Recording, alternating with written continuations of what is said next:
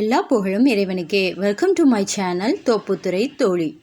இப்போ நம்ம பார்க்க போகிற ரெசிபி ஒரு சூப்பரான டேஸ்டியான பால்கோவா தாங்க. கடையில் கிடைக்கிற அதே டேஸ்ட்டில் உங்களுக்கு கிடைக்குங்க.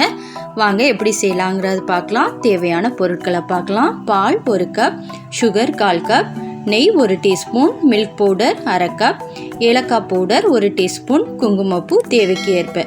நீங்கள் எந்த கப்பால் அளக்குறீங்களோ அதே கப்பால் தான் எல்லாமே அளந்துக்கணும். வாங்க எப்படி செய்யலாங்கிறத பார்க்கலாம். இப்போ ஸ்டவ் ஆன் பண்ணி ஒரு பேன் எடுத்துக்கோங்க.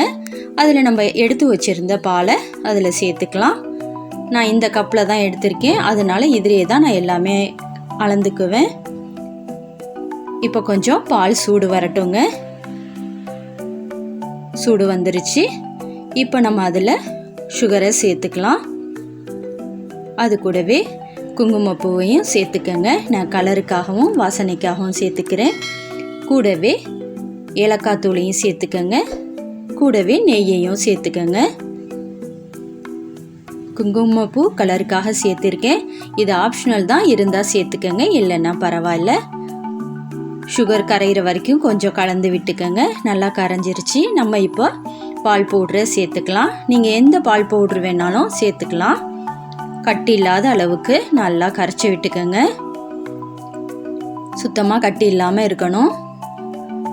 அப்படி ஒரு டேஸ்ட்டாக இருக்குங்க. உங்களுக்கு கடையில் கிடைக்கிற அளவுக்கு அதே டேஸ்ட்டில் கிடைக்கும். நீங்கள் இதை ட்ரை பண்ணி பாருங்கள். நல்லா கெட்டியாக வந்துக்கிட்டு இருக்கு பாருங்கள். பாருங்கள், இதுதான் உங்களுக்கு கரெக்டான பதத்துக்கு வந்துருச்சு. அந்த பேனில் ஒட்டாத அளவுக்கு வரணுங்க. அதுதான் கரெக்டான பதம். இந்த டயத்தில் ஸ்டவ் ஆஃப் பண்ணிவிடுங்க. இது அப்படியே ஒரு பிளேட்டுக்கு மாற்றிக்கலாம். இப்போ லைட்டாக அதில் கொஞ்சம் குங்குமப்பூ சேர்த்துக்கிறேன்.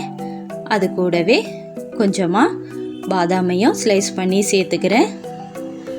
இது சும்மா டெக்கரேஷனுக்காக சேர்த்துக்கிறேன். நீங்கள் சூடாக இதை சர்வ் பண்ணிங்கன்னா சும்மா அப்படி தாங்க இருக்கும். நீங்கள் ட்ரை பண்ணி பார்த்துட்டு எனக்கு கமெண்ட் செக்ஷனில் கமெண்ட் கொடுங்க. ஃபேமிலியோடு என்ஜாய் பண்ணி சாப்பிடுங்க. இந்த ரெசிபி உங்களுக்கு பிடிச்சிருந்தா லைக் பண்ணுங்கள், ஃபேமிலி ஃப்ரெண்ட்ஸுக்கு ஷேர் பண்ணுங்கள், மறக்காமல் சப்ஸ்கிரைப் பண்ணுங்கள். உணவில் கவனம் செலுத்துங்கள்.